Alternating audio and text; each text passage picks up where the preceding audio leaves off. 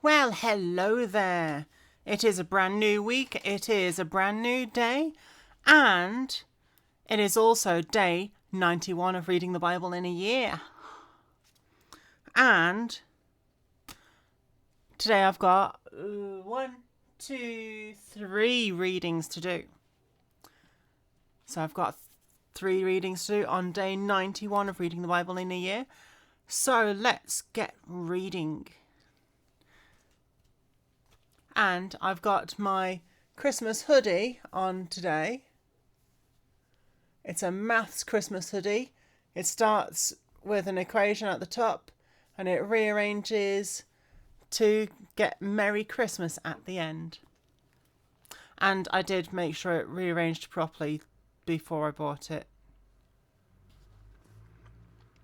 Alright. This reading is 1 Samuel chapters 26 and 27. Ready? David spares Saul a second time. Now the Ziphites came to Saul at Gibeah, saying, "Is David not hiding in the hill at Hachilah, opposite Jeshimon?" Then Saul arose and went down to the wilderness of Ziph, having 3,000 chosen men of Israel with him, to seek David in the wilderness of Ziph. And Saul encamped in the hall of Hachilah, which is opposite to Jeshimon, by the road. But David stayed in the wilderness, and he saw that Saul came after him in the wilderness. David therefore sent out spies and understood that Saul had indeed come. So David arose and came to a place where Saul had encamped, and David saw the place where Saul lay, and Abner the son of Ner, the commander of his army. Now Saul lay within the camp, with the people encamped all around him. Then David answered and said to Ahimelech the Hittite, and to Abishai the son of Zeruiah, brother of Joab, saying, "Who will go down with me to Saul in the camp?" And Abishai said, "I will go down with you." So David and Abishai came to the people by night, and there Saul lay sleeping within the camp, with his spear stuck in the ground by his head, and Abner and the people lay all around him. Then Abishai said to David, "God has delivered your enemy into your hand this day.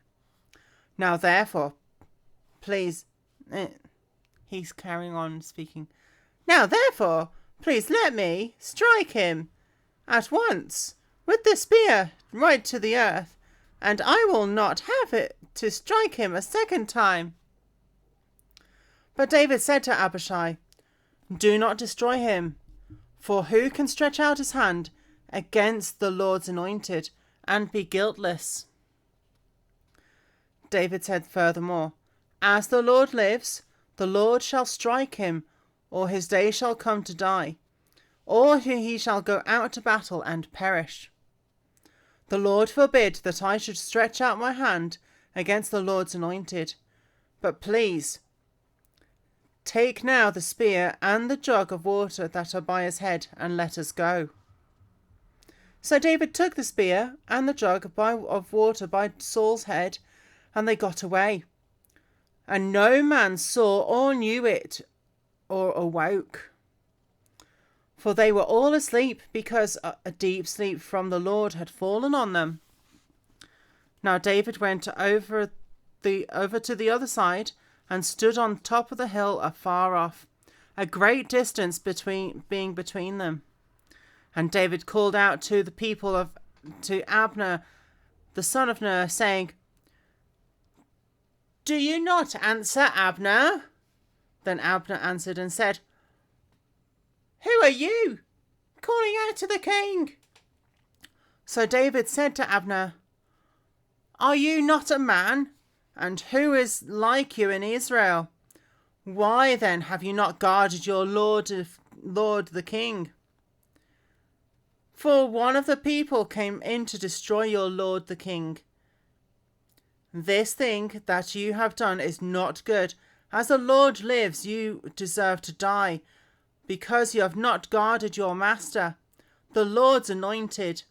And now see where the king's spear is, and the jug of water that was by his head. Then Saul knew David's voice and said, Is that your voice, my son David? And David said, It is my voice, my lord, O king. And he said,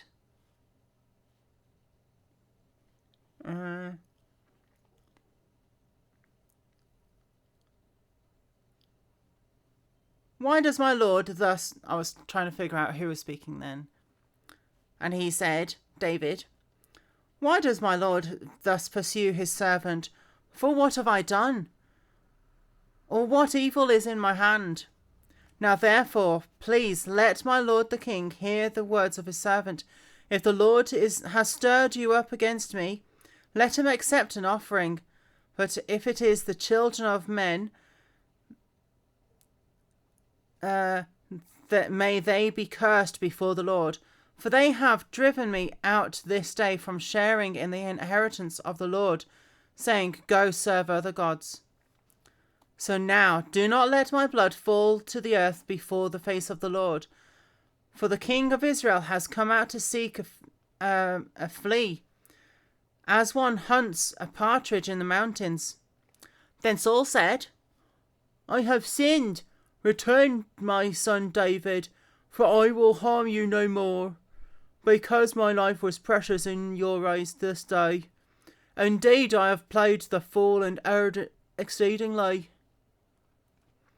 Then David answered and said, Here is the king's spear. Let one of the young men come over and get it. May the Lord repay every man for his righteousness and his faithfulness. And the Lord delivered you into my hand today, but I would not stretch out my hand against the Lord's anointed. And indeed, as your life was valued much this day in my eyes, so let my life be valued much in the eyes of the Lord, and let him deliver me out of all tribulation. Then Saul said to David, May you be blessed, my son David. You shall both do great things and also still prevail. So David went on his way, and Saul returned to his place.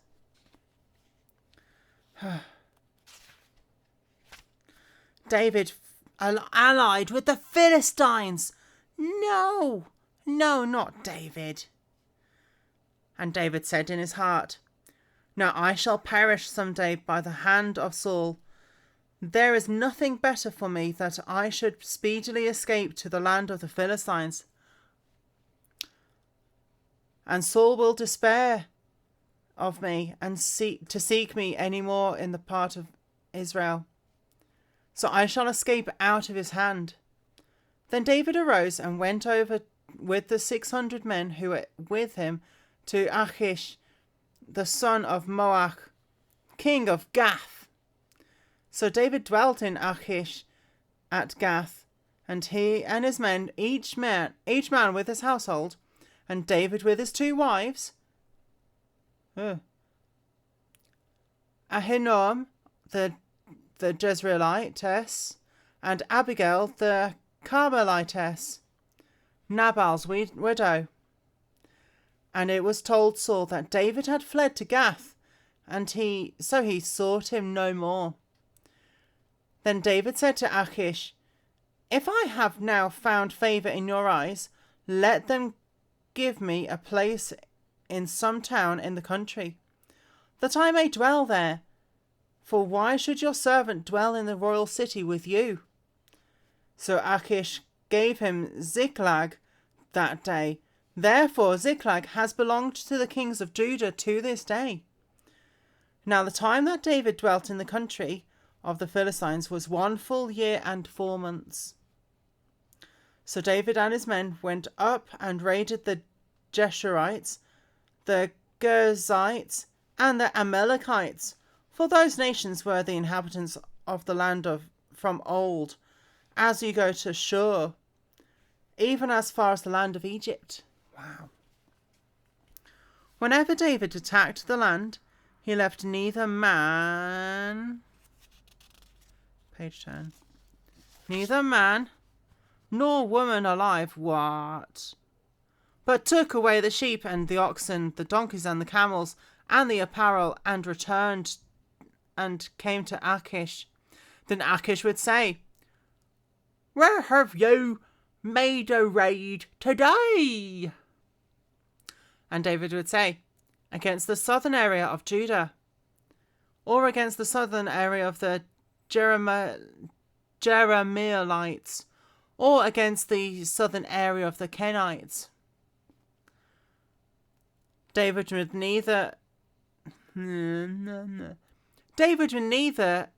save man or woman alive to bring news to Gath, saying, lest they should inform on us, saying, "Thus David did."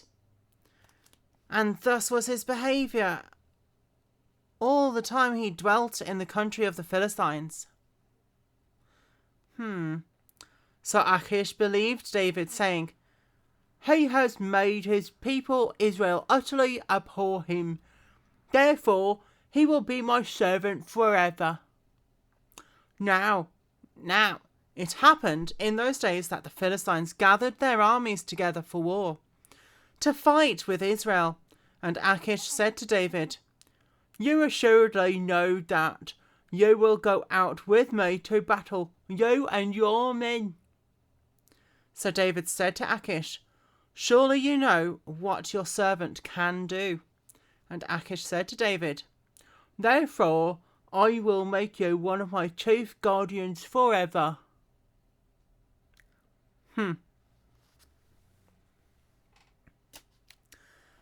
Yeah.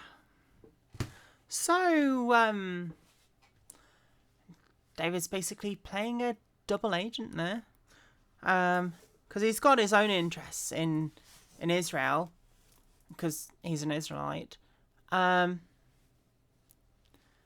And didn't he defeat the Philistines a while ago? Yeah. Alright, I will finish there for that first reading. I've got 2 more to go. On day 91 of reading the Bible in a year. Alright, see you in a minute.